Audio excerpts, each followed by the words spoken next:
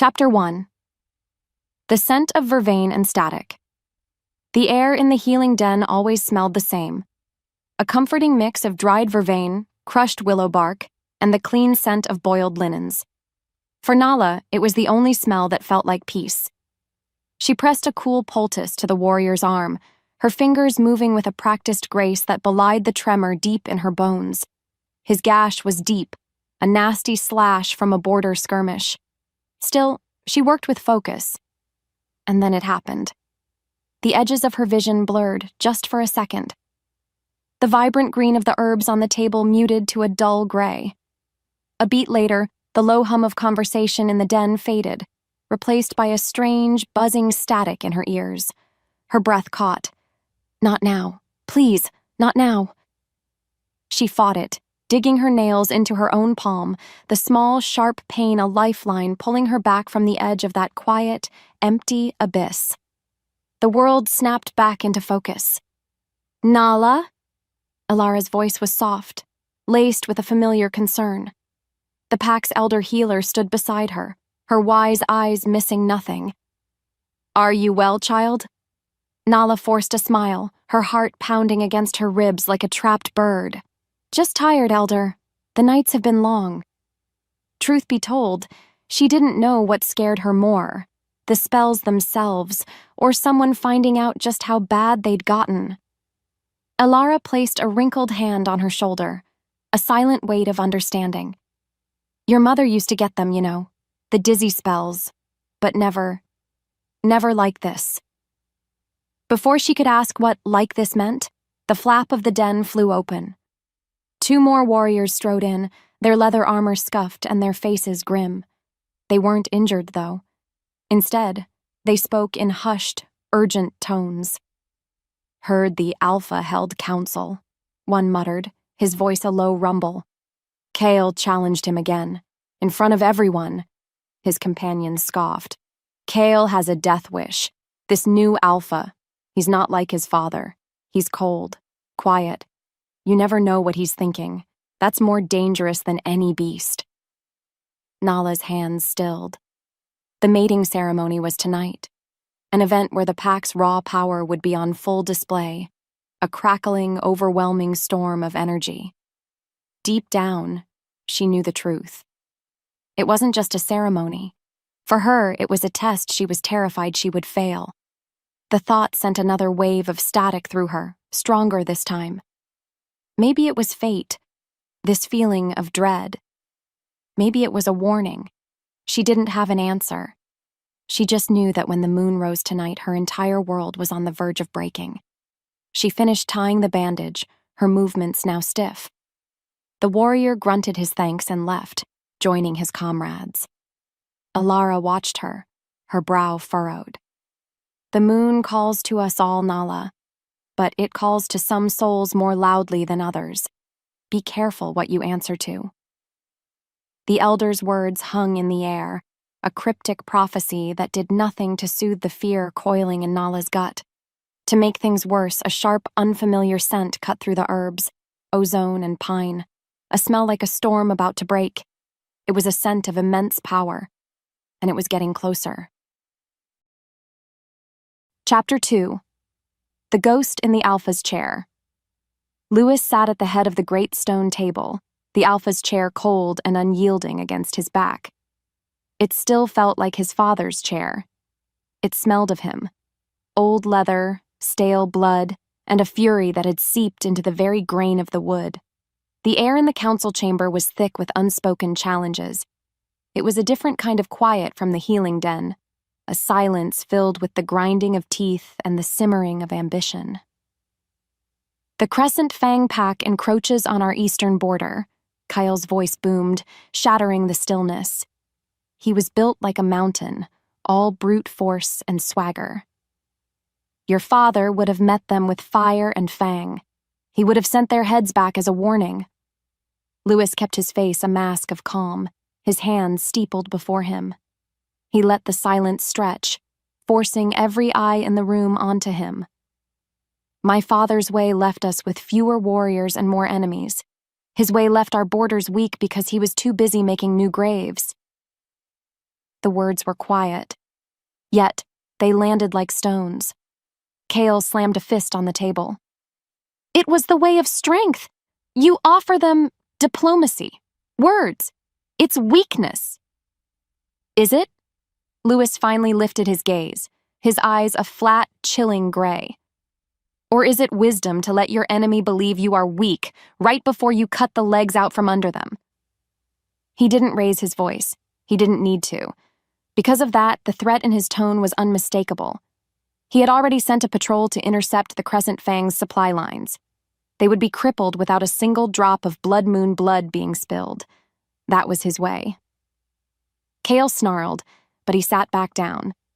His sister, Selena, watched the exchange from the shadows, her dark eyes glittering with an intelligence that far outstripped her brother's.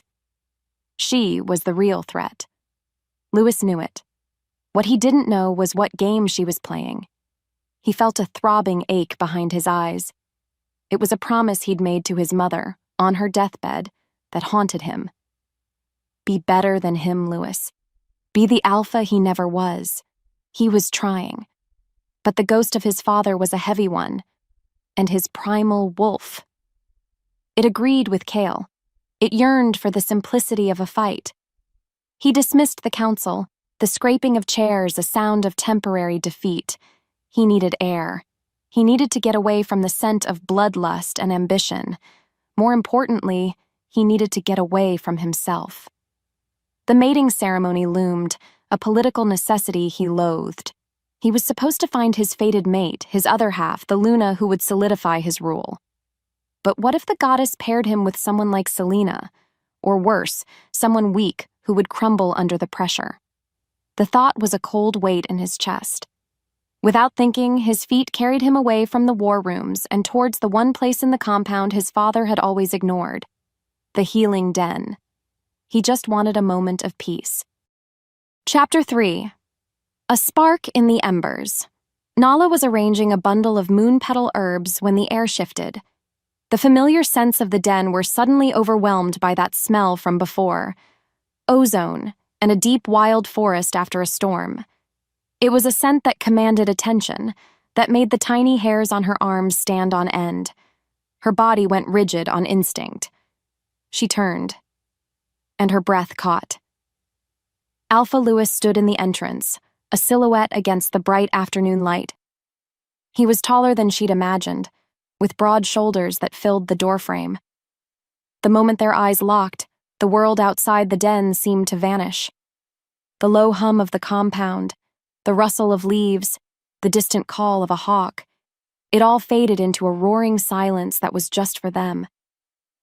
His eyes weren't the cold gray the warriors had described. They were a complex storm, swirling with shadows and a deep, unnerving stillness. He stepped inside, his presence a physical weight that pressed down on her.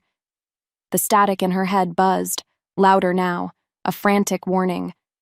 Her wolf, a creature she rarely felt, stirred in its sleep. As if pulled by a string, her gaze dropped to his hands. They were strong, calloused, but his movements were controlled, deliberate. "You're the healer," he stated. It wasn't a question. His voice was a low, smooth baritone that vibrated right through her bones. She could only nod, her own voice trapped in her throat.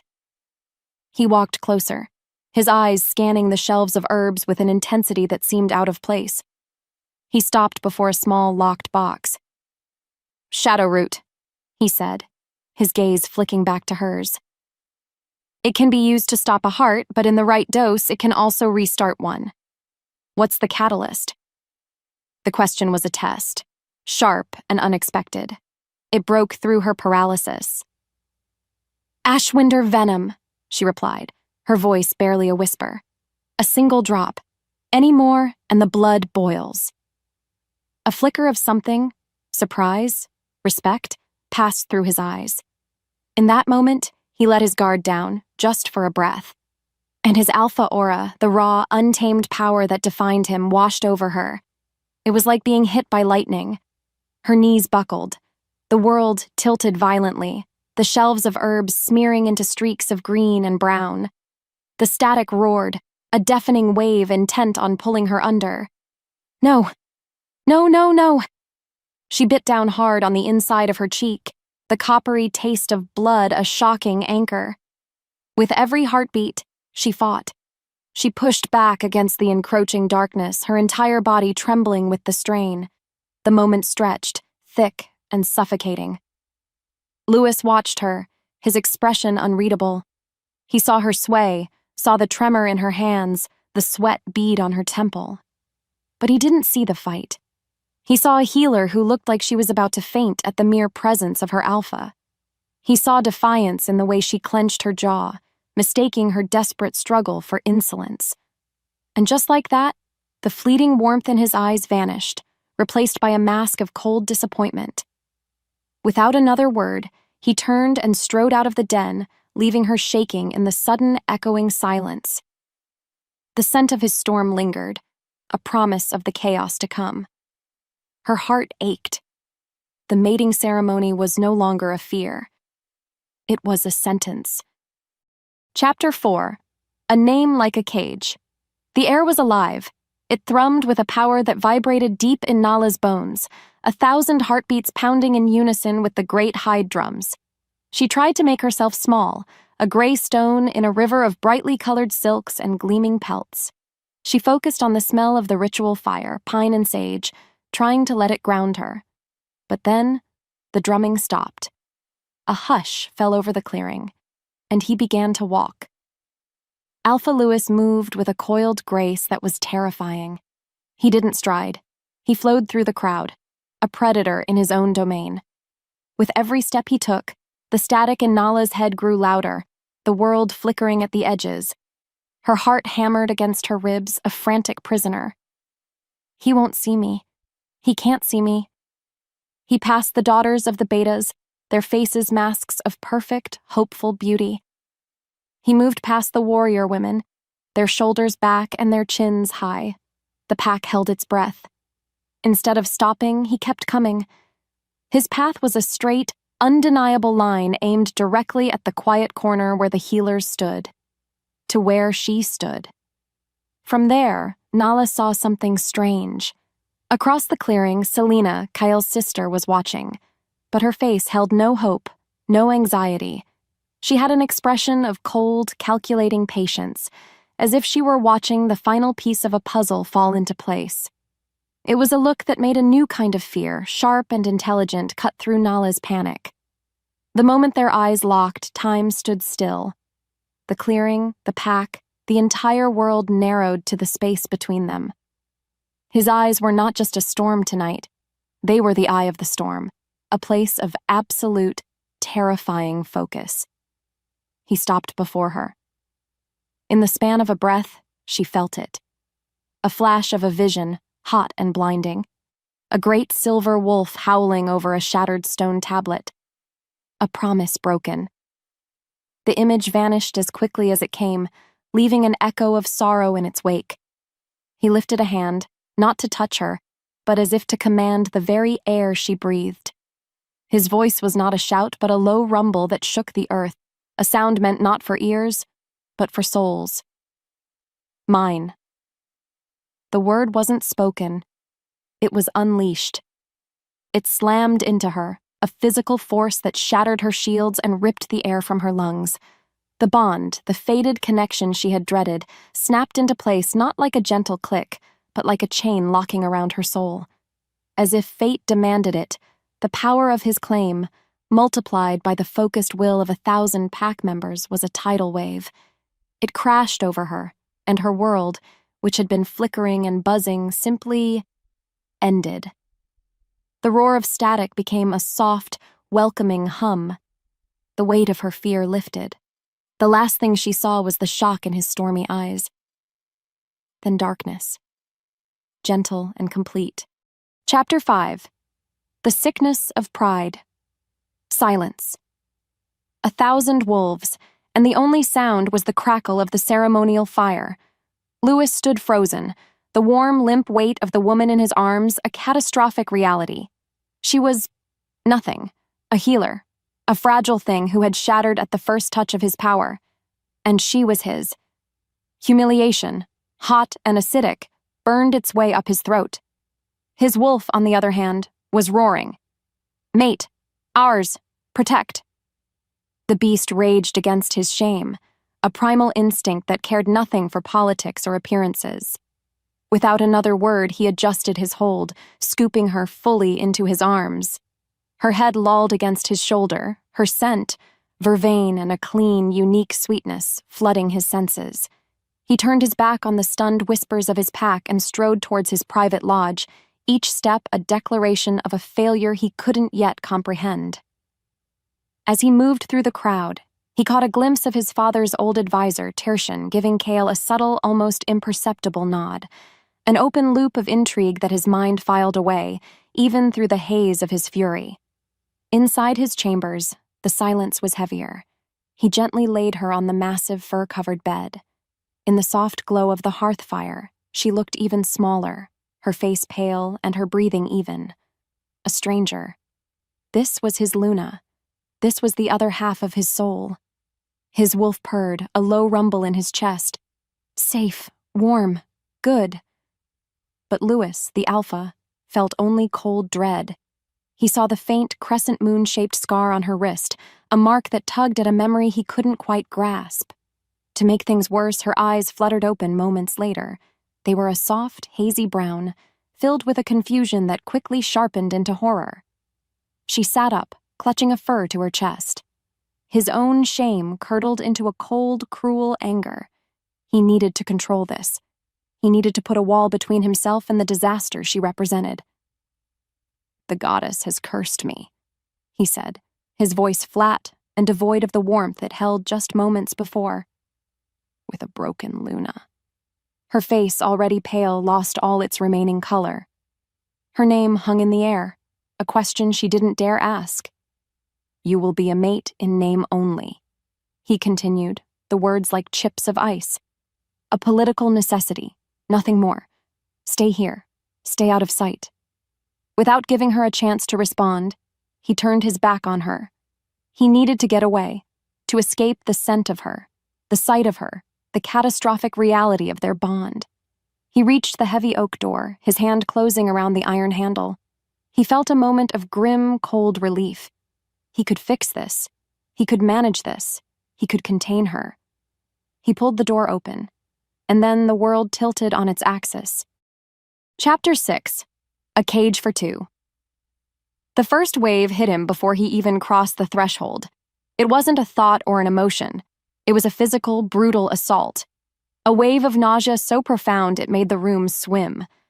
After that, a grinding ache erupted in his bones, a deep cellular agony as if his entire skeleton were being twisted out of alignment. He stumbled, catching himself on the doorframe, a strangled gasp tearing from his throat. What was this? He took another step into the hallway away from her. The pain intensified tenfold. It was a fever fire licking at his veins, a phantom weight crushing his chest. His wolf howled in his mind, a sound of pure agony. Wrong! Go back! Bond breaking. Bond sickness. He'd read of it in the old lore, dismissed it as exaggerated myth. A pain that struck when a new, unconsummated bond was stretched too far. But the texts had described an ache, a discomfort. This was torture. The intensity was wrong, far worse than any book had ever mentioned. Why was their connection so violently powerful? Meanwhile, inside the room, Nala cried out. The same vicious, inexplicable pain had slammed into her. She curled into a ball on the bed, her body convulsing. She thought it was her curse, a new and terrible symptom of her brokenness, a punishment for failing so spectacularly. Tears streamed down her face, hot and silent. Lewis staggered back, every instinct screaming at him.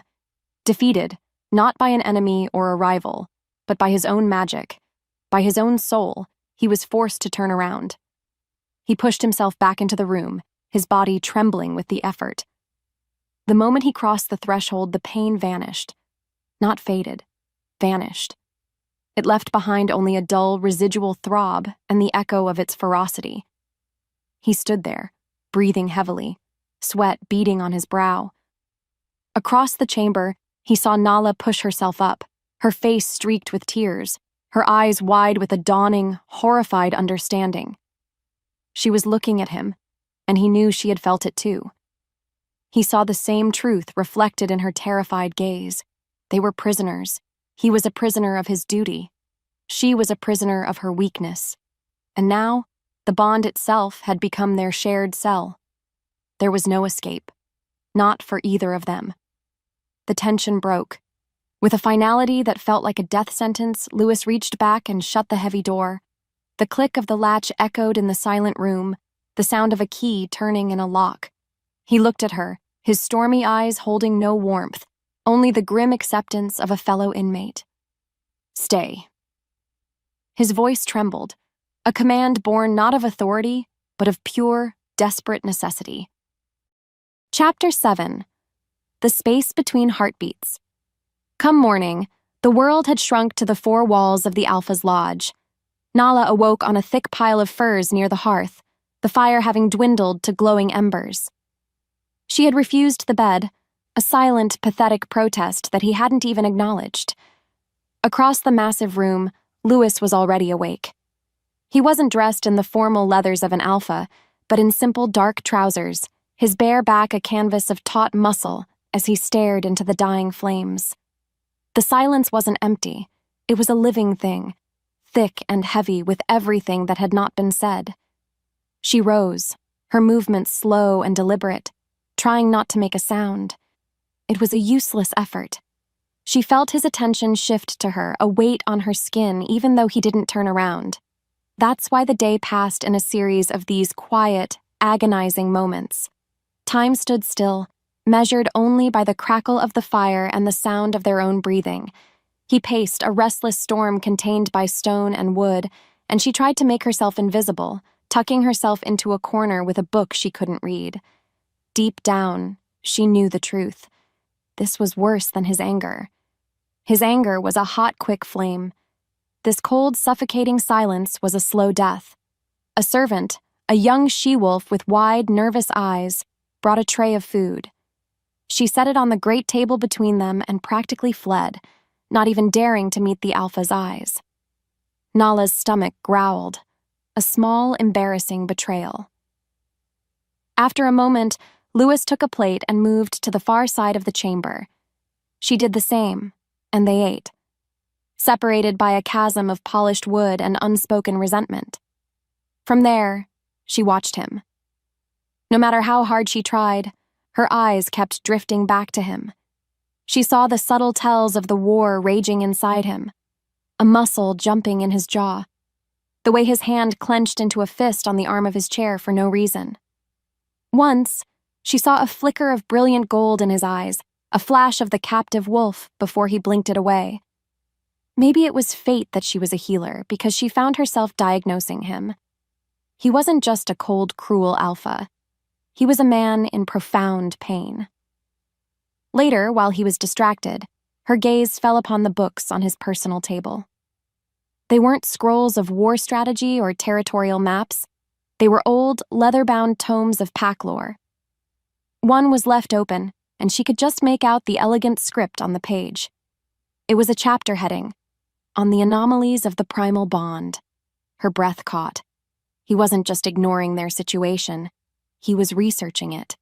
He was trying to understand the cage they were both trapped in. As the sky darkened, another servant approached the door, carrying firewood.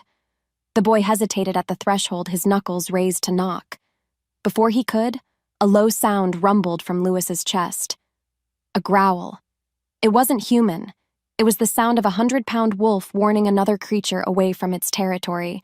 The servant froze, his eyes wide with terror, and then he simply dropped the wood and fled.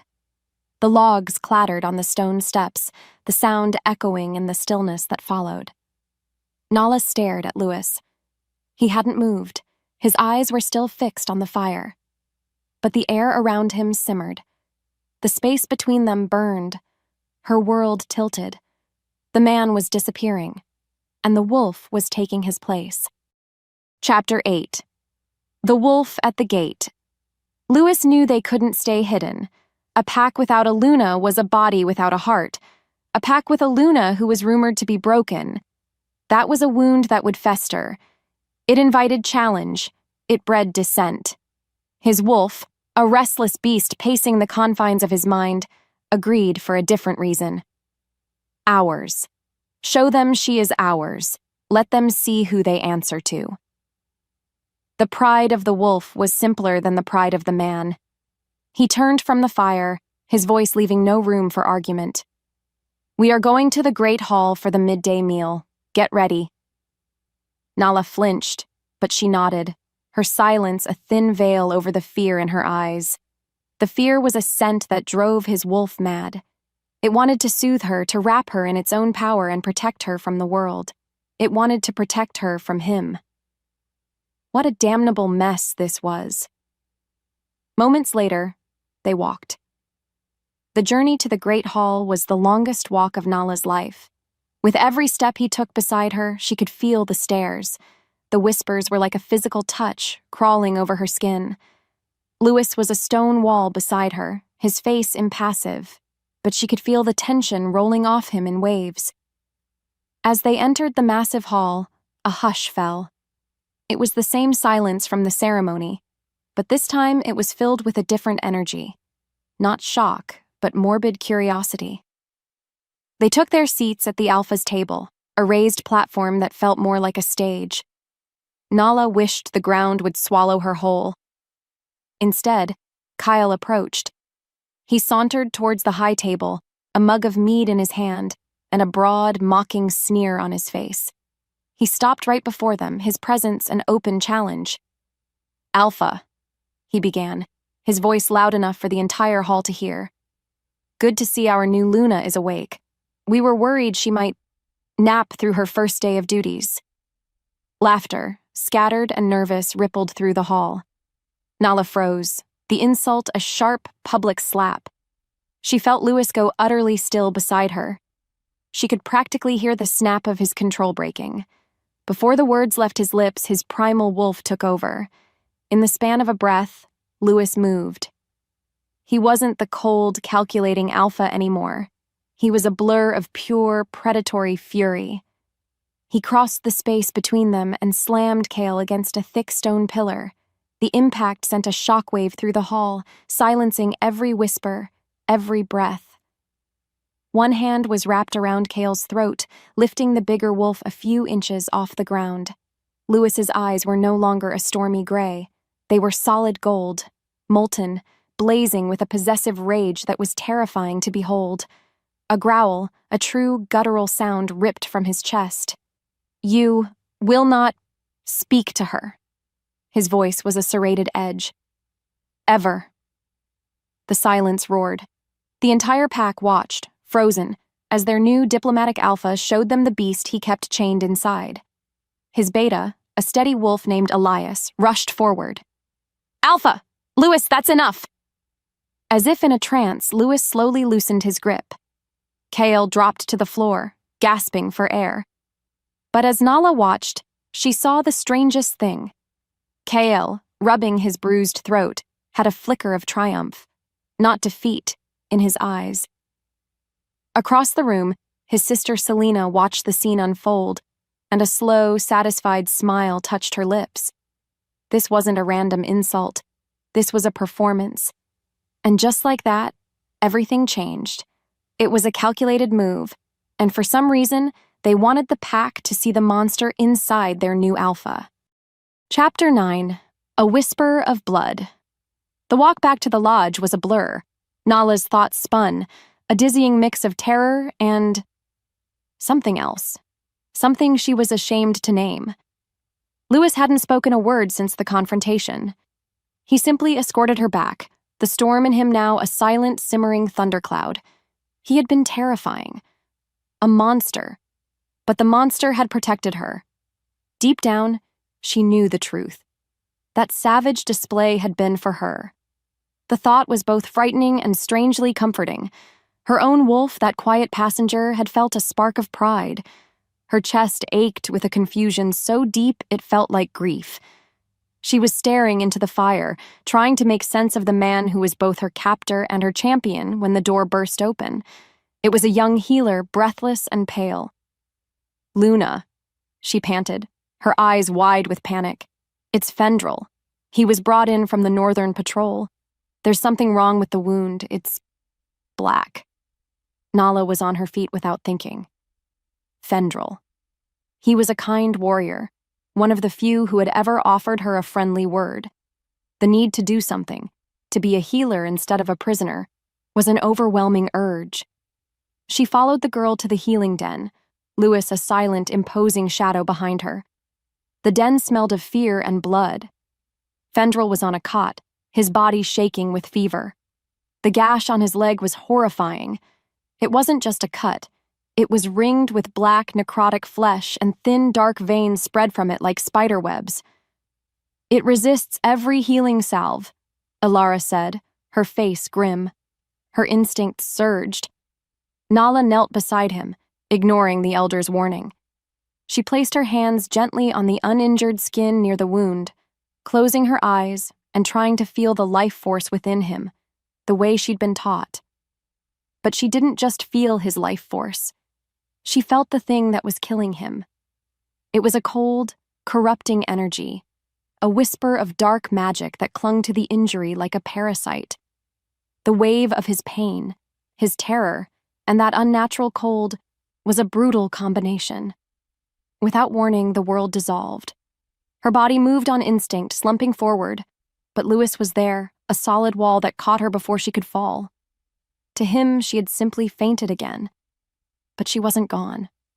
She was elsewhere. A scarred face, a cruel sneer in the moonlight, blades gleaming with a thick black poison, the scent of pine and dying leaves, a rocky outcrop on the northern pass, hidden from the main trail. 5 of them, waiting. Their laughter was a sound of pure malice. She gasped, her eyes flying open. She was back in the den, leaning heavily against Lewis, his arms a cage of solid muscle around her. The vision was seared into her mind, clear as day. "Rogues," she breathed, her voice trembling as she looked up at him. "At the northern pass. They have more of that poison. They're waiting to ambush the next patrol." As the echo faded, she saw the struggle in his face, the instinctive doubt warring with the memory of her last vision, the one that had saved his men. Her heart skipped. She had just revealed her deepest secret, her most dangerous flaw, to the one man who had the power to destroy her with it. In the quiet that followed, she knew this was the real test. Would the Alpha who called her broken believe in the power of her curse? Chapter 10. The Weight of a Whisper. The scent of dark magic and Nala's lingering fear clung to him as he left the healing den. Lewis strode back to his lodge, his mind a battlefield. Her words echoed, a perfect, detailed account of a threat his senses couldn't detect. He sat in the Alpha's chair, the cold wood a familiar weight, and she stood before him, her hands clasped tightly, her face pale but her eyes resolute. She repeated it all. The scarred man's cruel smile, the 5 blades, the black poison, the hidden pass to the north. His wolf screamed in his head, a frantic, one-word howl. Believe her, believe her, believe her. But the Alpha, the man his father had forged in ice and suspicion, saw only the political chessboard. To act on this vision, from a mate the pack already saw as a curse, it was suicide. Yet the conviction in her gaze was a tangible thing. It was truth. What followed was a decision that felt like tearing himself in two. He called an emergency council. The air in the chamber was already hostile. He presented the intelligence, a carefully edited version. A source I trust has warned of a rogue ambush. North Pass. 5 men using a new poison. He deliberately left out the part about the vision. He omitted her. Kyle laughed, a short, barking sound of contempt. A source? What source? A squirrel chatter in the trees? A ghost story from a traveling merchant? He leaned forward, his bulk casting a long shadow. The crescent fangs are at our eastern border. This is clearly a diversion, a trick to make you split our forces and leave the East weak. Your father would have seen it in a heartbeat. To make things worse, Tertian, his father's old advisor, nodded gravely. The silver-haired wolf had an aura of unshakable logic. The risk is too great, Alpha. To move a patrol based on such thin intelligence would be strategically unsound. Kale's assessment, while crudely put, is the logical one. Lewis watched them, his face a mask of stone. He saw the subtle, triumphant glance that passed between Kale and his sister, Selena. They weren't just disagreeing. They were steering him, boxing him in. Truth be told, their argument made a cold, calculated sense, but it felt wrong. It felt like a lie wrapped in the skin of logic. The council murmured their agreement. They sided with the fear they understood over the mystery he presented. To them, it was simple. To Lewis, it felt like a trap tightening around him. He was being pushed to ignore her, to publicly declare her warning as meaningless. He looked at their faces, the suspicion, the doubt, the open scorn. Believing her would make him a fool. Disregarding her, that felt like a betrayal his own soul couldn't bear. The silence stretched. The weight of her whisper was heavier than the entire mountain they lived under. Chapter 11. The Taste of Ash. The council was dismissed. Lewis stood alone in the chamber, the arguments of his advisors echoing off the cold stone walls. They had all left, confident in their victory of logic over… what? A ghost story? A feeling? He ran a hand over his face, the rasp of his stubble a grounding sensation in a world that had tilted off its axis. His pride was a fortress, and it demanded he listen to his counsel. It demanded he lock Nala away and forget her mad ramblings. But then, he remembered her face, the absolute, unshakable certainty in her eyes. It hadn't been a plea. It had been a statement of fact. As if the world narrowed, he realized his wolf had been silent through the entire council meeting. It wasn't raging or arguing, it was waiting, trusting him to make the right choice. And just like that, everything changed. Elias, he said, his voice quiet but firm. His beta, who had been waiting silently by the door, straightened. Gather a 5-man patrol. You're most loyal. We're going for a ride. Tell no one else. Elias didn't question him. He simply nodded. That's why he was his beta. They rode north, the pounding of hooves a rhythm against the frantic beating of Lewis's own heart. The air grew colder as they climbed into the high passes. He pushed them hard, a desperate urgency fueling him. Every instinct he had, every fiber of his being, screamed that he was riding towards a truth he wasn't ready for. He was riding towards the moment that would define him.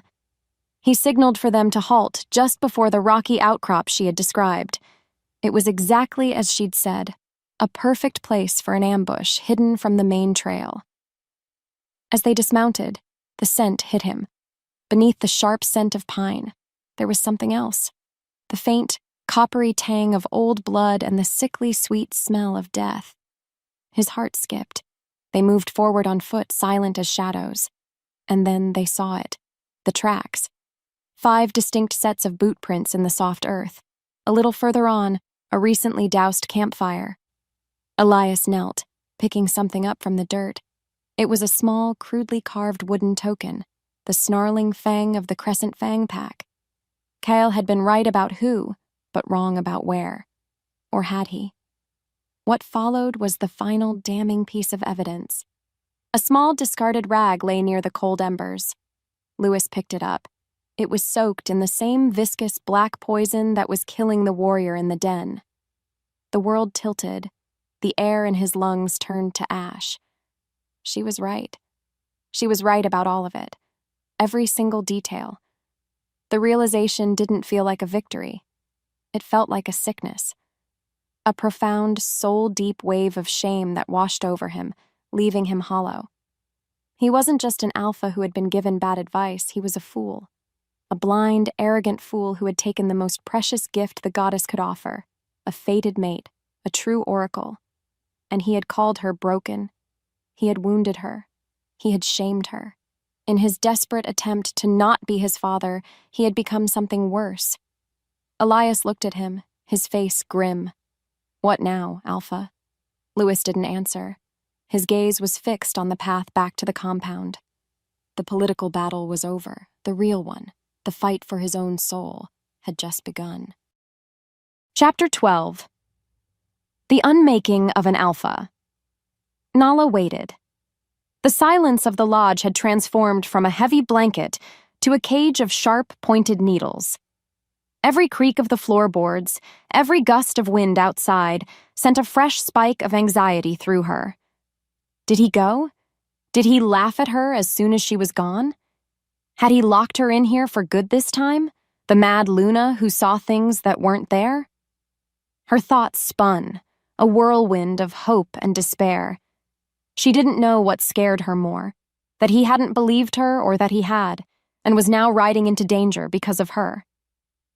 The door opened. Her breath caught. It was Louis. He was covered in dust from the trail, his face grim, but it was his eyes that stole the air from her lungs. The cold, calculating mask of the Alpha was gone, utterly gone. In its place was a raw, unguarded emotion so intense it was like looking into the heart of a storm. He didn't speak. He just looked at her, and in his gaze, she saw the truth. He knew. He shut the door behind him, the sound soft this time, not a declaration, but a request for privacy. He took one step towards her, then another. The space between them burned with a new kind of tension, no longer hostile, but thick with a fragile, terrifying vulnerability. He stopped right before her, so close she could feel the heat radiating from him, smell the scent of pine and horse and the cold mountain air. And then he did the unthinkable. As if the weight of his own crown had become too heavy to bear, the Alpha of the Blood Moon pack sank to one knee. The gesture was so shocking, so fundamentally wrong in the hierarchy of their world, that Nala took an involuntary step back. He reached out, not grabbing, but gently taking her hand. His touch was hesitant, his calloused fingers sending a jolt of warmth through her cold skin. His head was bowed. When he finally spoke, his voice was not the command of an Alpha. It was the broken whisper of a man. "I was wrong," he started, the words thick with a pain that had nothing to do with any physical wound. "Nala, I was a blind, arrogant fool, and I hurt you." Her name on his lips was an apology in itself. The words I said, they were born of fear, of pride. He finally lifted his head, and the raw shame in his eyes was a devastating sight. "They were the words of my father, not of your mate." Her heart skipped. He had never called himself that before. Her mate. "I don't deserve your forgiveness," he continued, his thumb stroking the back of her hand. "But I am begging for it anyway." The tension broke. Something inside her, a wall she had built brick by painful brick, simply crumbled. This wasn't a political move. This wasn't a strategy. This was the truth. This was the unmaking of an Alpha, right before her eyes. Without thinking, she knelt in front of him, so they were face to face. Her free hand came up to cup his jaw, her touch feather-light. His skin was rough with stubble, warm and real. As her wolf stirred, she felt it, clear as day. He was hers, and she was his. Before the words left her lips, she leaned in and captured his, a kiss that wasn't about passion or desire, but about sealing a promise. It was about forgiveness. It was the taste of a new beginning, salty with tears she didn't realize she had shed. In the quiet that followed, she knew that the Alpha might have claimed her at the ceremony, but it was the man who had just earned her. Chapter 13. Whispers in the Dust. The morning after felt like the first day of a new world. The air in the lodge was different, no longer a suffocating cage, but a quiet, shared space. The tension that remained was a fragile thing, a delicate thread of hope and uncertainty that spun between them.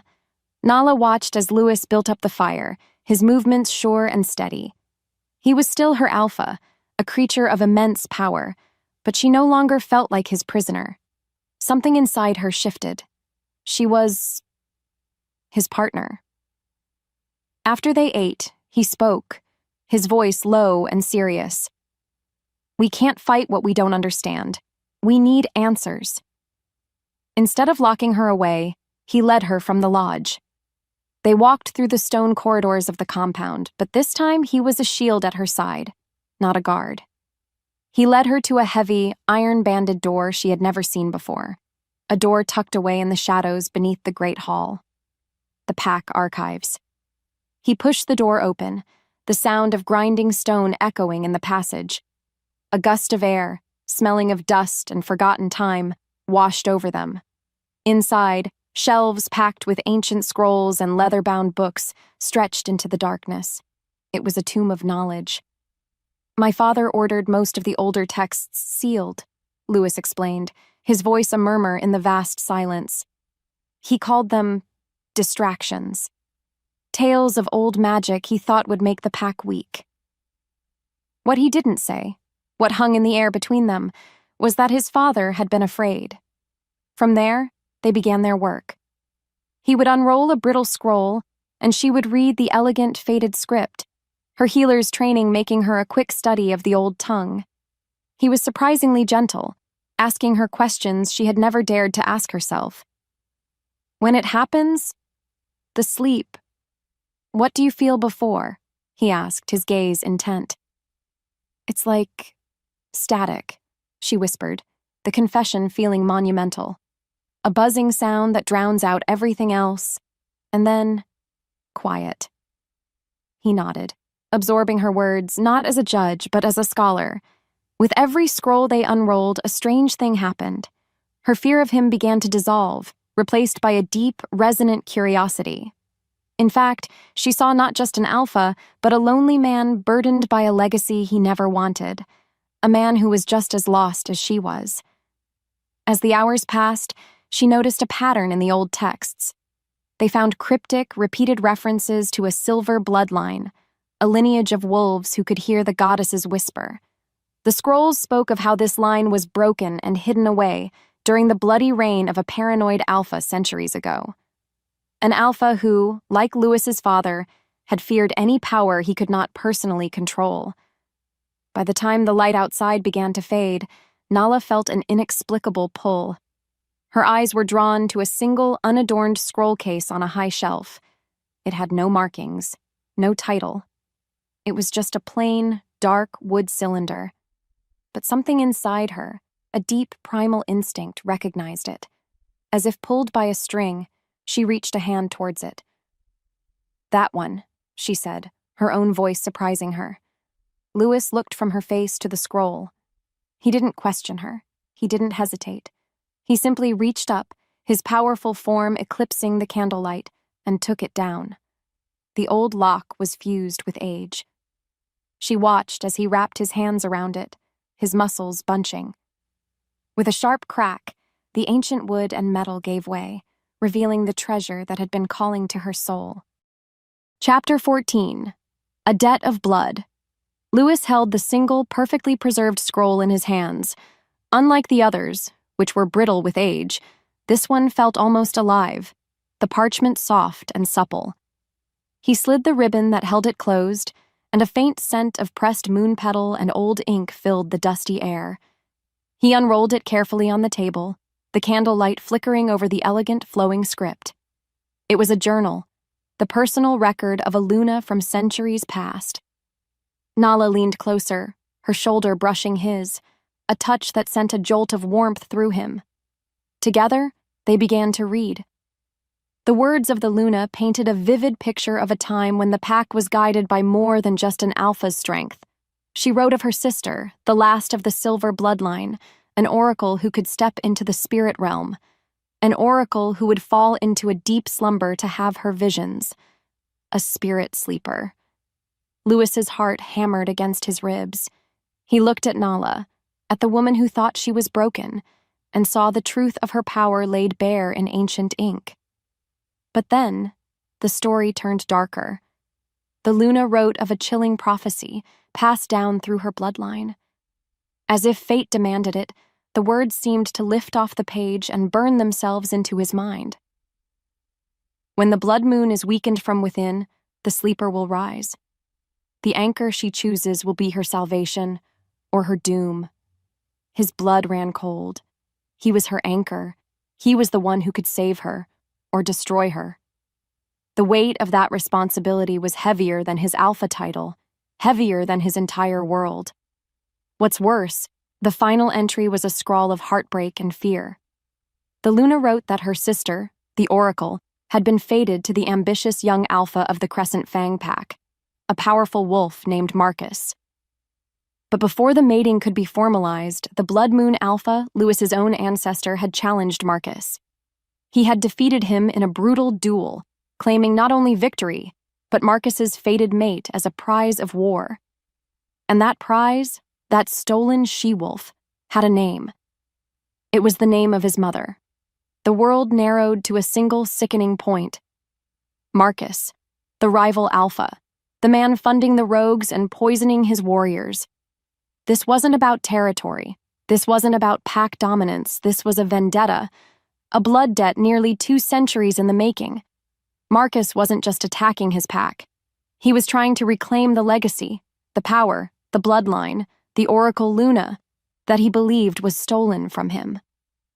Lewis looked at Nayla, truly looked at her, and saw her not just as his mate, but as the living embodiment of Marcus's obsession. The journal also mentioned that Marcus's pack had been dabbling in dark magic, trying to force visions, to create their own oracle. That's why the poison felt so wrong. It was a tool of corruption. And just like that, everything changed. His enemy's goal wasn't just to kill him anymore. It was to capture Nala, to take back the power his family had lost, to possess her. A low, guttural growl rose in his throat, a sound of pure, primal fury. Over his dead body. Chapter 15. The Unfurling of Power. They emerged from the archives into the torchlit main hall, the silence between them heavy with the weight of their discovery. The world Nala had woken up in that morning was gone. Now, every shadow seemed to hold a threat, every whisper a potential betrayal. Lewis was a different man, too. The quiet scholar from the archives had been replaced by the hunter. He walked beside her, a searing wall of protective energy, his hand resting on the small of her back. A constant, grounding pressure that both soothed and terrified her. As they stepped into the vastness of the hall, they walked into chaos. 2 warriors were in the center of the room, circling each other like wolves, their teeth bared and low growls rumbling in their chests. The air was thick with the scent of their rage. Pack members scrambled to get out of the way, creating a wide circle around the impending violence. "You dishonored my sister's name," one roared, his claws elongating. "She was a willing partner," the other snarled back, his shoulders bunching as his own wolf pressed forward. Nala saw Lewis tense, his body preparing to unleash the crushing force of his alpha command to stop the bloodshed. It was a brutal but effective tool, a hammer that smashed dissent into submission. But then, something inside her moved. It wasn't a thought. It was an instinct, an ancient power unfurling within her like a dormant flower blooming in the space of a breath. While her pulse raced, she felt a profound, inexplicable wave of calm wash through her own fear. She knew, with a certainty that defied all logic, that the Alpha's hammer was not the answer. What this moment needed was not force. It needed peace. Before Lewis could act, before anyone could stop her, she stepped forward. She didn't shout. She didn't command. Her voice was soft, yet it carried across the cavernous hall, cutting through the rage and the fear like a silver chime. "Enough." The word hung in the air, imbued with a power that had nothing to do with dominance. A palpable wave of pure, serene energy radiated out from her. It washed over the 2 furious warriors, and the effect was instantaneous. The snarls died in their throats, their claws retracted. They blinked, the murderous rage in their eyes dissolving into a dazed confusion, like men waking from a terrible nightmare. The entire hall fell silent, every wolf staring at her, their expressions shifting from alarm to a dazed, reverent awe. Across the room, Nala's eyes found Selena and the old advisor, Tertian. Selena's beautiful face was a mask of pure, venomous hatred. Tertian's was one of cold, calculating shock. They had seen. The enemy within the gates had just witnessed the full, undeniable truth of her power. In that moment, she knew there was no going back. She was no longer Nala the healer, the broken, cursed girl. She was the Oracle, and she had just announced herself to the world. Lewis came to stand beside her, his stormy eyes blazing not with shock but with a fierce, burning pride. He knew it too. The game had changed, and his Luna was now the most powerful and most endangered piece on the board. Chapter 16. The Breaking of the Shield. A fragile piece, the kind that comes before a storm, had settled over the Blood Moon Pack. Lewis stood with his beta, Elias, over a large map of their territory, planning defenses. He could feel Nala through the bond, a steady, warm presence across the compound as she organized the healers. It was a low, constant hum beneath his thoughts, a connection that had become as essential as breathing. He allowed himself a moment of hope. Maybe, just maybe, they could weather this. And then, the horn blared. The sound ripped through the air, a single piercing note of warning. Attack. It was followed by a second blast from the west. The silence roared for a heartbeat, and then the world erupted into chaos. "Two fronts!" Elias yelled, his eyes wide. "It's a pincer movement!" Lewis's blood ran cold. The main gate was their strongest point. The western wall, on the other hand, was closest to the healing den. His wolf clawed at the inside of his chest, a frantic beast. "Go to her, mate!" But he was the alpha. His duty was to the pack. "Elias, take your best warriors, hold the western wall at all costs. Do not let them break through," he commanded, his voice a harsh bark of authority. "I will hold the main gate." He hated the words. Each one felt like a betrayal. He was sending another man to protect his soul while he fought a battle of stone and steel. As he raced towards the main gate, the sounds of battle grew into a deafening symphony of snarling wolves and clashing metal. The enemy hit them with a ferocity he hadn't expected. At their head was the scarred rogue from Nala's vision, his eyes burning with a manic glee. He moved with a brutal efficiency, a whirlwind of death. Lewis met him head-on. The fight was a blur of fang and claw, but something was wrong. The scarred rogue was good, impossibly good, but he wasn't fighting to kill. He was fighting to occupy, to stall. Every time Lewis gained an advantage, the rogue would disengage, drawing him into another part of the fray. It was a calculated, brilliant strategy to keep the alpha pinned down, to keep him away from the real prize. To make things worse, their attack was too perfect. They knew where to strike, which defenses were weakest, how to draw their patrols thin. The betrayal wasn't just a whisper anymore. It was a screaming, undeniable fact. Someone from the inside was guiding their blades. With every heartbeat, his anxiety for Nala grew into a choking, physical pain. He could feel her through the bond, a distant pulse of growing panic. She was in trouble. He was losing her. And this damned rogue just kept smiling, his blade a constant, frustrating barrier. He was a shield, breaking under a relentless assault, and the one thing he was meant to protect was on the other side of the war. Chapter 17. A Symphony of Pain. The den was no longer a place of healing. It was a house of pain. The wounded started as a trickle, then became a flood. Warriors she had known her whole life were carried in, their bodies torn and broken, their eyes wide with the shock of battle. The clean scent of vervain was drowned by the coppery stench of blood. Nala worked, her hands moving on autopilot. She stitched wounds, applied poultices, and whispered words of comfort she couldn't feel herself, because with her oracle senses now wide open, she couldn't just see the pain. She felt it. It was a nightmare. With every new warrior that was brought in, a fresh wave of agony crashed over her. It was a symphony of suffering, and she was its unwilling conductor. She felt the splintering of bone in one wolf's leg, the searing fire of a poisoned blade in another's gut. The fear was the worst part. It was a cold, greasy tide, the terror of young warriors who thought they were immortal now facing their own end. The static in her head came back, but it wasn't a buzz anymore. It was a roar, a chaotic chorus of 100 dying thoughts, 100 final prayers to a goddess who seemed to have gone silent. "It hurts, make it stop. My family, tell them. So cold." She stumbled back, pressing her hands to her temples, trying to block out the noise. Her own thoughts were being shredded, lost in the storm of other people's despair. Her power, her great gift, was turning on her. It was a weapon being used to tear her apart from the inside out.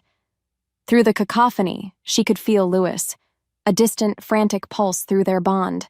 He was fighting, raging, his power a brilliant but fading star in a sky full of darkness. He was too far away. He couldn't help her. She was drowning. Amidst the chaos, her eyes caught a strange detail. She saw Tertian, the old advisor, not tending to the wounded or rallying defenses, but quietly directing 2 guards away from a small, unimportant storage tunnel near the back of the den. It was a place for old linens and broken equipment. Why was he protecting it? Or was he clearing a path? Before she could process the thought, a warrior on a nearby cot let out a final, shuddering breath. His life force extinguishing felt like a physical blow. The intensity of it triggered a flash vision. It wasn't of the battle. It was of a dark, circular chamber deep beneath the earth, the stones carved with strange, corrupting runes. A ritual circle. Waiting. She cried out, falling to her knees. Her head was a symphony of pain. Her heart was an echo of her mate's desperation. And her soul was a witness to a dark magic she couldn't comprehend. She was the oracle of the Blood Moon Pack, and she was utterly, completely, terrifyingly lost. Chapter 18. The Price of Salvation. Nala was on the floor, the stone cold against her skin. The den was a portrait of failure. The healers were overwhelmed, the warriors were dying. She could feel the tide of the battle turning against them, a slow, crushing defeat. Her pack was breaking. Her breath hitched, a sob catching in her throat. She closed her eyes, trying to block out the noise, the pain, the despair. She reached for the one point of light left in her world. Lewis. She pushed her consciousness through the bond, a desperate search for her anchor. She found him. He was a raging inferno of power and fury, but he was surrounded, trapped. He was an alpha fighting like a god, but even gods could be overwhelmed. He couldn't win. Not like this. They were being outmaneuvered, their pack being bled dry by 1,000 calculated cuts. They were going to lose. The despair was no longer a wave. It was an ocean, and it was pulling her under. In that moment of absolute, soul-crushing hopelessness, a terrible clarity pierced through the chaos. A single line of the prophecy echoed in the silence of her mind. The anchor she chooses will be her salvation, or her doom. She understood. She could use him, her anchor, to have a vision. She could see the battlefield, find the weakness in their enemy's attack. But a small vision, a glimpse like the one before, wouldn't be enough. To save them, she would need to see everything. She would have to see Marcus's entire strategy, the location of every traitor, every hidden threat. To do that, she would have to let go. Completely. She would have to dive into the spirit realm deeper than any oracle had ever dared to go, and as if the ancient magic in her blood was whispering the price to her, she knew what it would cost. It wasn't a memory of a song or a face. It was the foundation of her entire new world. The price for that kind of power, for that kind of salvation, was him. Not his life.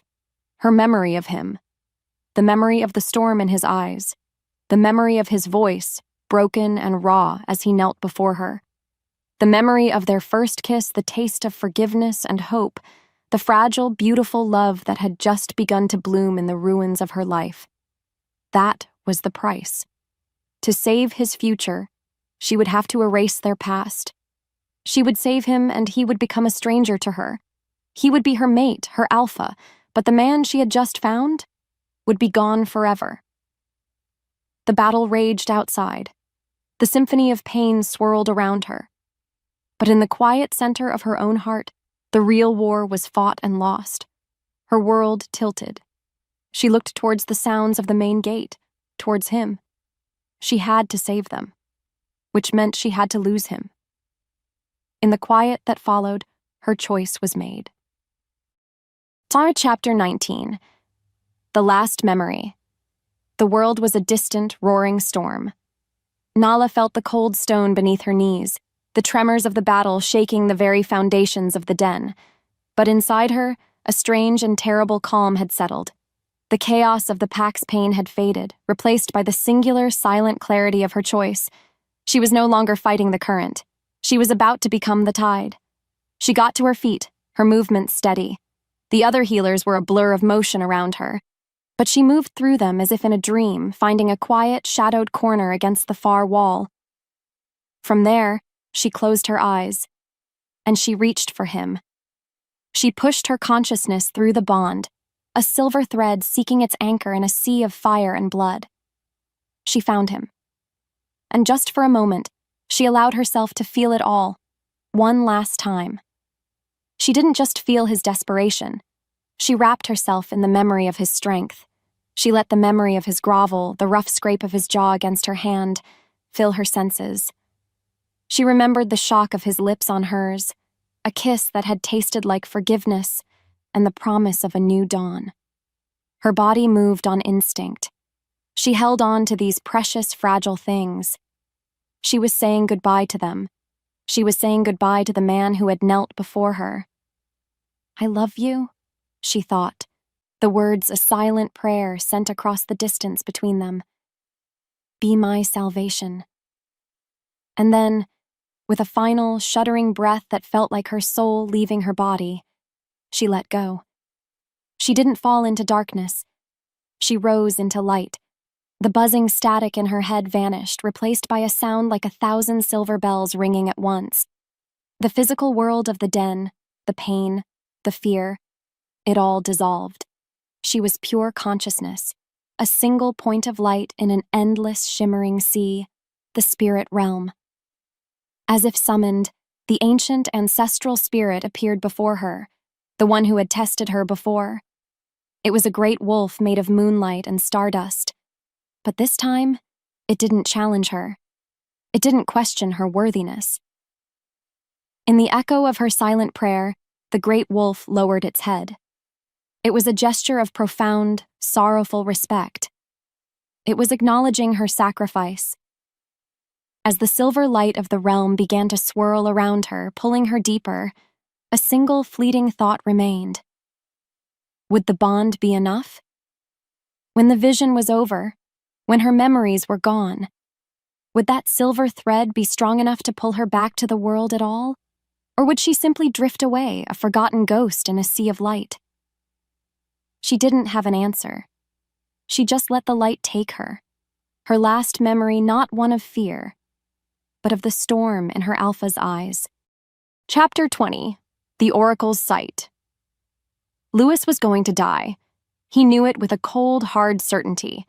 The scarred rogue was relentless, a whirlwind of poisoned steel, and 2 more rogues were closing in on his flank. He felt a wave of pure, unadulterated despair wash over him from Nala through the bond, and his heart shattered. He had failed. He had failed her. He had failed the pack. He braced himself for the final blow. But then, something shifted. The despair vanished, replaced by a serene, silent calm that was so profound it was unnerving. And then, his mind exploded. It wasn't a thought. It wasn't a sound. It was light, a torrent of pure information, a flood of impossible knowledge that bypassed his senses and poured directly into his soul. The world of mud and blood and steel dissolved. He was no longer in his own body. He was a hawk, soaring high above the battlefield. He saw everything. Everything.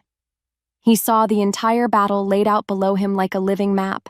He saw Elias's unit on the western wall, about to be overwhelmed by a hidden flanking group of rogues.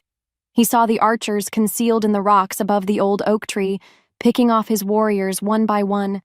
He saw the traitors, a dozen of his own wolves, subtly sabotaging the defense near the eastern gate, their faces clear as day. The vision plunged deeper. He flew through the stone of the earth itself, down into the darkness beneath the healing den. And he saw him, Marcus, standing in the center of a ritual circle, his hands raised, chanting in a forgotten tongue. Tertian, his father's most trusted advisor, stood at his side, a willing acolyte. They weren't just trying to win. They were performing a dark ritual to sever the Blood Moon Pack's connection to its ancestral lands, to its very magic. And the final piece of that ritual was the capture and sacrifice of the Oracle. As the truth unraveled, the hawk's sight became his own again. The vision snapped shut, leaving him back in his own body, the scarred rogue's blade screaming towards his throat. He moved, but it wasn't a desperate parry. It was a fluid, precise, and utterly certain motion. He knew the exact angle the blade would take. He knew the exact moment his opponent would overextend. He felt the hot, burning grief of her sacrifice.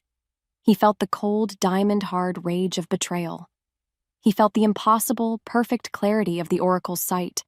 And in that moment, Lewis was no longer just an alpha.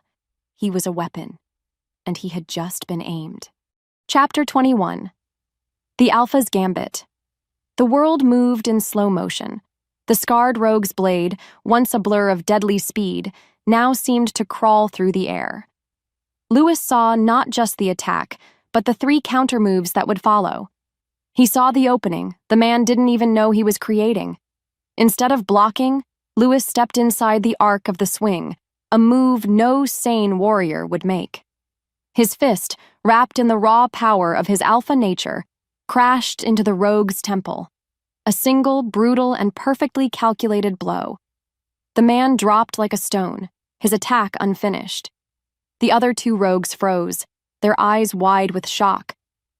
In the stillness that followed, Lewis threw his head back and let out a roar. It was not a sound of rage, but of pure, absolute command. It cut through the din of battle, and every Blood Moon warrior, every rogue, every traitor, froze. "Elias!" His voice boomed, imbued with the Oracle's certainty. "Take your unit to the western ridge now. You have 30 seconds to flank the ambushers." His beta didn't hesitate. He rallied his men and disappeared into the trees. "Bren!" Lewis bellowed, pointing with his blade. "Fall back to the old oak. Archers in the rocks above you. Silence them." The warrior, who had been about to be pin-cushioned, stared in shock before scrambling to obey. One by one, he issued the impossible orders. He named the traitors near the eastern gate, and loyalists turned on them with furious howls. He directed warriors to weaknesses in the enemy line they couldn't possibly have seen. It was a masterful performance, a god playing a game of chess against mortals. The tide of the battle didn't just turn, it shattered. The rogues, their perfect, coordinated attack falling apart around them, were thrown into chaos. Ambushes were not only thwarted, but turned back on the ambushers. Their greatest strengths became their most glaring weaknesses. The pack, moments from breaking, surged with a renewed, ferocious hope. They moved with the certainty of a single, unified mind. His mind. Nala's mind. Within minutes, the battle at the main gate was over. The enemy wasn't just defeated, they were routed. The remaining rogues broke and fled into the forest, pursued by howling warriors. Victory. Swift. Absolute. Impossible. But Lewis felt no triumph. As his warriors raised their blades in a victory cry, his gaze was fixed on the ground, on the stone and earth that separated him from the healing den. He could feel the dark magic from the ritual below, a cold poison in the earth. The battle for his pack was won, but the real fight, the battle for his mate, had just begun. He had to get to Marcus. He had to get to her. He started to run. Chapter 22. To anchor a soul. Lewis ran. He burst through the hidden tunnel entrance behind the den, the oracle's sight a burning map in his mind. The passage was dark and smelled of damp earth and old sleeping stone. He followed it as it twisted down, ever deeper into the heart of the mountain. The air grew colder, thick with a corrupting magic that made his fur stand on end. He could feel Nala's life force, a faint, flickering candle in an overwhelming darkness. He emerged into the chamber. It was a cavern of living rock, the walls pulsating with a sickly purple light that emanated from a massive black crystal at its center. Marcus stood before it, his hands raised, chanting in a guttural tongue that grated on the soul. Tertian and 3 other traders, warriors Lewis had known his whole life, stood as guards, their faces blank, their eyes glowing with the same foul energy. And Nala was on a flat stone altar, still and pale, her body a conduit for the dark ritual. Thin, shadowy tendrils of energy snaked from the crystal, connecting to her, feeding on her power. "Alpha," Tertian said, his voice devoid of all warmth. "You are too late. The age of the oracle is over." Lewis didn't answer with words. He answered with action. He moved, a blur of shadow and fury. The first traitor fell before his blade even registered the attack. He was no longer just a wolf or a man, he was both, a perfect, seamless fusion of primal instinct and strategic thought. The lingering echo of Nala's sight gave him an edge that was more than supernatural. It was divine. He saw their attacks before they made them. He felt their fear before it registered on their faces. He dispatched the guards with a brutal, merciless efficiency, each movement a prayer for the woman on the altar. As the last traitor fell, he was left with only Marcus. The rival Alpha stopped his chanting, turning to face him. His eyes were black pits of ancient hatred. "You see?" Marcus hissed, a cruel smile twisting his lips. "Your father stole my mate, but I will steal your pack's very soul. She is just an empty vessel now, a beautiful shell. Her sacrifice was for nothing." A wave of dark energy, pure despair and corruption, slammed into Lewis. It was a staggering blow, meant to cripple his spirit. But as the darkness washed over him, he anchored himself to a single unshakable truth: his love for her, the grovel, the kiss, the promise. With a roar that was both man and wolf, he charged through the magic. Marcus's eyes widened in shock. This wasn't the boy who had taken over his father's pack. This was an alpha forged in sacrifice and love, and he was more powerful than Marcus could have ever imagined. The fight was short and savage. Lewis's grief was a weapon. His guilt was a shield. He broke through Marcus's defenses, his hands closing around the man's throat. But killing him wasn't enough. Instead, he spun, hurling Marcus directly into the pulsating black crystal. The impact was catastrophic. The crystal shrieked, a sound of 1,000 tortured souls, and then it exploded, showering the cavern in a rain of dead, glassy fragments. The purple light died. The dark magic dissolved. The ritual was broken. In the sudden, ringing silence, Lewis's gaze snapped to the altar. Nala didn't move. Her chest wasn't rising. The candle of her life force had been snuffed out. Chapter 23. An echo in the quiet time stopped. The world was a silent, gray photograph. Lewis stood amidst the ruin of the chamber, the bodies of traitors forgotten, the defeated form of Marcus a meaningless shape on the floor. All he could see was her. Still. So terribly still on the cold stone altar. He took a step, then another. Each one was a lifetime of denial and prayer. No. Please. No. He reached her side, his hand trembling as he reached for her face. Her skin was cold. "Nala," he whispered, his voice a raw, broken thing. "Nala, please. Anchor to me. Come back." He leaned down, his forehead resting against hers, and poured every ounce of his energy, his life force, his love, into the broken bond between them. He pleaded. He begged. He offered his own soul in exchange for hers. For an eternity, There was nothing. And then, a shuddering breath. Her chest rose, a tiny, miraculous movement. Her eyelids fluttered. After that, they opened.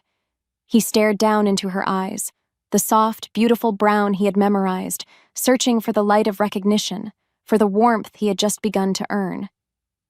He found nothing. She looked at him not with love, not with fear, not even with hatred. She looked at him with the polite, distant confusion of a stranger. A flicker of primal knowledge was there. The bond, a thin silver thread, told her he was her mate, her alpha. But the rich, vibrant tapestry of their shared moments was gone. It was a barren wasteland. "Alpha," she said, her voice a soft, hesitant rasp. She tried to sit up, and he was there, his hands gentle as he helped her. The touch felt like fire and ice. "It's Lewis," he choked out, the name feeling foreign on his own tongue. "Lewis," she repeated, the name holding no weight, no history, just a sound. He led her from the chamber of death, out of the darkness and back into the torchlit corridors of her home. As they walked, he could hear the sounds from above, the roar of celebration. His pack was victorious. They were cheering his name, celebrating the alpha who had saved them. He had saved them all, and he had lost everything. They reached their lodge.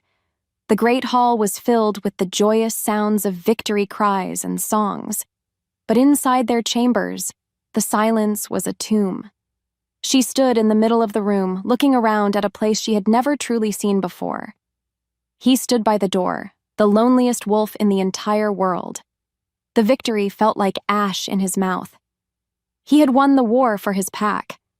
But as he looked at the stranger wearing his mate's face, he knew he had just started the most important battle of his life. Chapter 24. The second first kiss months passed. Nala's new world was a story someone else had written, and she was an actress who had forgotten all her lines. She would wake in the Alpha's lodge, a place that felt both strange and familiar, like a half-remembered dream. They told her she was a hero. They called her the Oracle. She would touch the faint crescent moon scar on her wrist and feel nothing. She knew she was the Luna, that the powerful, quiet Alpha was her mate, that she had done something incredible to save them. But the knowledge was a collection of facts without any feeling, a history lesson about a person she didn't know. Lewis, however, was not a fact. He was a presence, a constant, gentle, and profoundly sad presence. He kept his vow. He never pushed her. He never demanded anything. Instead, he showed her things. He would take her to the healing den, and her hands would remember the feel of crushing herbs, even if her mind did not. He would walk with her by the river and tell her a story about a grumpy alpha and a quiet healer who first met in a dusty archive. He didn't tell the stories to make her remember. He told them simply to share them, to give her back the pieces of her life one by one. And a funny thing happened. She began to fall in love, not with a memory, but with the man right in front of her. She fell in love with the way his stormy eyes would soften when he looked at her. She fell in love with his patience, with the deep rumbling laugh she managed to startle out of him one afternoon. She fell in love with the lonely, devoted wolf who was trying so hard to rebuild a world she had sacrificed. The night of the first winter moon arrived, the night of the marking ritual. He came to her, not with a command, but with a choice. "It is tradition," he said, his voice low, "but it is not a duty.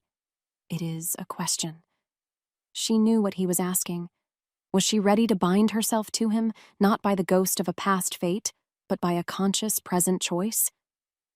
That night, she stood before the entire pack at the moonstone altar, the silver light bathing everything in an ethereal glow. Lewis stood before her, his heart in his eyes. He was not asking an oracle. He was asking her, Nala. And she smiled, a real, genuine smile. She nodded. He stepped forward, and the marking was not a savage claim, but a tender, reverent promise. A surge of warmth and light and pure, unadulterated love flooded her senses. sealing not a broken bond, but forging a new one. It felt right. It felt like coming home. When it was done, she didn't feel overwhelmed. She felt whole.